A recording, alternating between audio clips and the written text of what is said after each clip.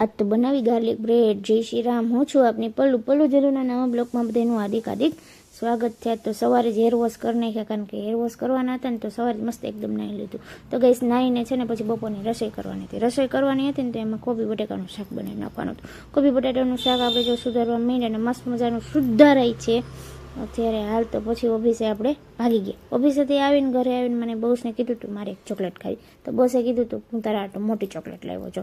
તો મસ્ત જો એ પહેલાં એ ખાધી ને પછી મને આપી છે ચોકલેટ। તો ગાઈસ મસ્ત હતી, કારણ કે એ આપણા પૈસાની નહોતી, બોસના પૈસાની હતી। કારણ કે કોકનું ગાઈસ હંમેશા છે ને કોકના પૈસાનો હંમેશા મીઠું જ લાગે। તો ગેસ પછી સાથે બનાવવાના હતી જો સ્વીટ કોર્ન ગાર્લિક બ્રેડ। તો મસ્ત મજાની જો ગાર્લિક આપણે જુગાડ કરીને દેશી પેનમાં આપણે ગાર્લિક બ્રેડ બનાવવા મૂકી દીધી। જો ડાયટિંગમાં ગાર્લિક બ્રેડ ખવાય કે એને કોમેન્ટ કરીને કહેજો, પણ હું તો ખાવ। તો પહેલાં આપણે બોસને જમવા બેસાડી દીધા। જો બોસે તો બધી ભેગી કે મારે તો સેન્ડવિચ ખાઈ, તો સેન્ડવિચ બનાવવા મૂકી દીધી। તો સેન્ડવિચ ટચ થઈને તો ગાઈસ પછી તો એ ફૂકું મારતા ખાતા જાય। તમે આવી રીતના ખાવ કે જરાક કોમેન્ટ કરીને કહેજો।